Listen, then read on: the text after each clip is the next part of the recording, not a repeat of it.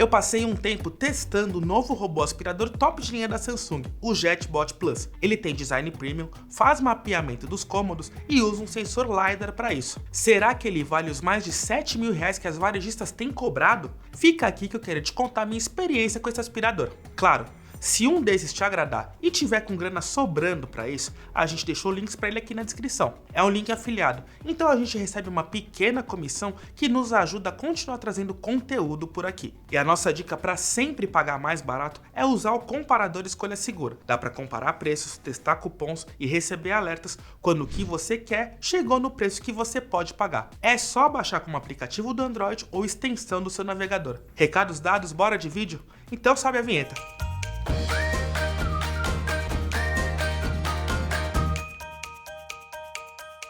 Esse é o segundo robô aspirador da Samsung que eu testo. No ano passado, eu passei um tempão usando o PowerBot i VR6500. A construção dele era toda em plástico em formato arredondado, com para-choques que evitavam marcas em colisões e um acabamento preto fosco pensado para esconder os riscos. Já nesse modelo aqui, a Samsung manteve o formato de disco todo em plástico, com os mesmos para-choques, só que a empresa optou por um acabamento na cor branca. E sejamos francos, passa uma sensação de mais elegância. Ele abriga dois botões, um de play pause e o outro que devolve para a base. Além deles e do logo da Samsung, tem um disco prateado que fica bem mais alto que o corpo do aspirador. É nesse disco que fica o sensor LiDAR, que faz o mapeamento do local antes dele aspirar, mas eu falo sobre isso já já. Eu preciso ainda dizer que a lateral é metade cinza e metade branca, e que tem um botão de energia, que desliga o aspirador manualmente. E tem também a inscrição Samsung JetBot SmartThings. Guarda essa informação também, que eu vou falar sobre isso daqui a pouco. Ainda tem uma torre enorme, que não faz apenas a função de ser a base carregadora desse carinha, mas também tem um cesto de depósito de poeira aspirada por ele. Diferente dos modelos convencionais, ele tem apenas uma escova, que ajuda a trazer a poeira de fora para dentro. Ainda tem a escova de alta eficiência que faz o trabalho mais pesado e que é surpreendentemente durável. Por dentro, ainda tem um compartimento de pó de 300 ml, que é lavável e fácil de remover. Como é a torre que absorve a sujeira, você não vai precisar ficar limpando o reservatório todas as vezes que você usar. A potência aqui é de 1000 watts e ele não é bivolt, então é bom escolher primeiro se deseja a versão em 110 ou 220 volts. Como ele conta com esse sensor LiDAR disposto acima do aspirador, acaba sendo um pouco mais espesso que a média, mas não é só isso que faz dele grandalhão. Nas medidas são 35 cm de largura e 48 de profundidade, ele pesa 8,4 kg. A bateria dele precisa de 4 horas para recarregar completamente e a sua limpeza tem nível de ruído de 76 decibéis, que eu achei mais barulhenta que a média. Deixa eu já lembrar você agora de se inscrever aqui no canal. A maioria das pessoas que passam por aqui não são inscritas, então aproveita agora também para clicar no sininho e sempre ser notificado quando tem vídeo novo por aqui, fechou? E bora continuar. Bom, lembra quando eu te pedi para guardar a informação sobre o SmartThings? Então, é porque todo o controle do dispositivo é feito pelo aplicativo da Samsung. Ele controla vários dispositivos de casa inteligente, mesmo de outras empresas, mas tem funções exclusivas para aparelhos da Samsung.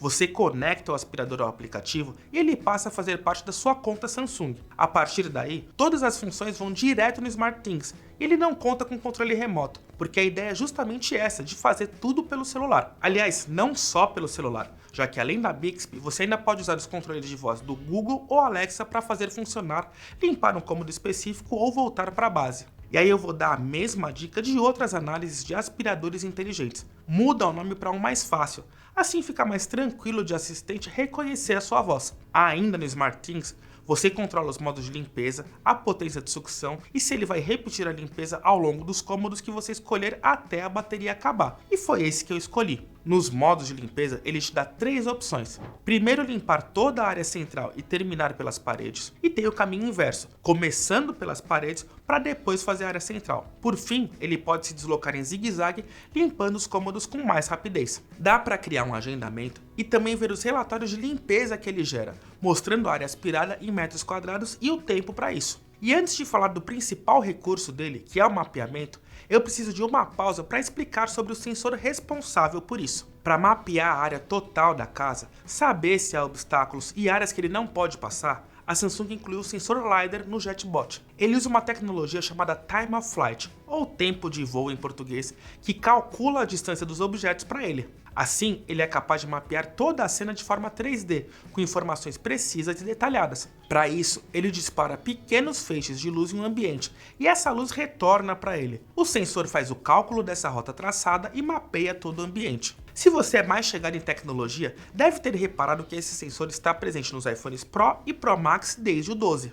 Feita essa explicação sobre a tecnologia, eu volto para o mapeamento. No primeiro uso, você pode escolher entre ele criar o mapa ou traçar o mapa enquanto faz a limpeza. E desse jeito, ele passa pelos cômodos e consegue saber exatamente onde há uma barreira que o impeça de trabalhar. E aí ele começa a passar por toda a casa. No mapa, você acompanha em tempo real exatamente onde o aspirador está passando. E isso é ótimo se você não está em casa, por exemplo. Depois de feita toda a residência, ele avisa que a limpeza terminou e pede para voltar para a base. Diferente dos modelos mais comuns, esse retorno para a base não é feito na tentativa e erro. Usando o LiDAR, o JetBot Plus sabe exatamente para onde ir e não fica batendo. Só que ele se atrapalha um pouquinho quando chega até a torre, porque precisa encaixar perfeitamente nela, mas tem uma elevação que deixa essa tarefa um pouquinho mais difícil. Não foram poucas as vezes que eu precisei ajudar o robô a encaixar na torre. Sobre o uso em si, graças ao sensor, ele não fica dando porradas na parede. Sempre para antes de enfrentar uma colisão. Mas uma coisa que eu percebi usando em casa é que ele não lida muito bem com áreas úmidas. E deixa eu te explicar com uma situação real. Minha cachorra fez xixi fora do tapete higiênico e eu passei um pano para limpar. E pouco tempo depois, o aspirador estava aspirando justamente esse cômodo. Quando ele chegou a essa parte do quarto, ficou um tempão parado, sem conseguir arrancar para um outro lugar, patinando no piso mesmo. A mesma coisa na minha cozinha, pouco depois de limpar a área próxima ao fogão depois do almoço. É provável que por esse cômodo estar um pouco mais engordurado, mesmo depois de passar o pano, ele tenha encontrado dificuldades para aspirar a área. A própria Samsung tem um modelo JetBot feito apenas para passar pano, que a gente já testou e tem vídeo aqui no canal. Então a marca acredita que o ideal seria combinar os dois elétrons para uma limpeza completa, mas o preço disso é surreal. Então assim, coincidência ou não, a minha recomendação é bloquear as partes mais úmidas da casa. Mas como isso é possível? Porque depois de mapear sua residência, você pode criar uma divisão de cômodos, sinalizar os locais que são área de banho e programar barreiras automáticas. O aplicativo faz isso sozinho, meio que entendendo as divisões, mas para não errar, eu recomendo você editar manualmente.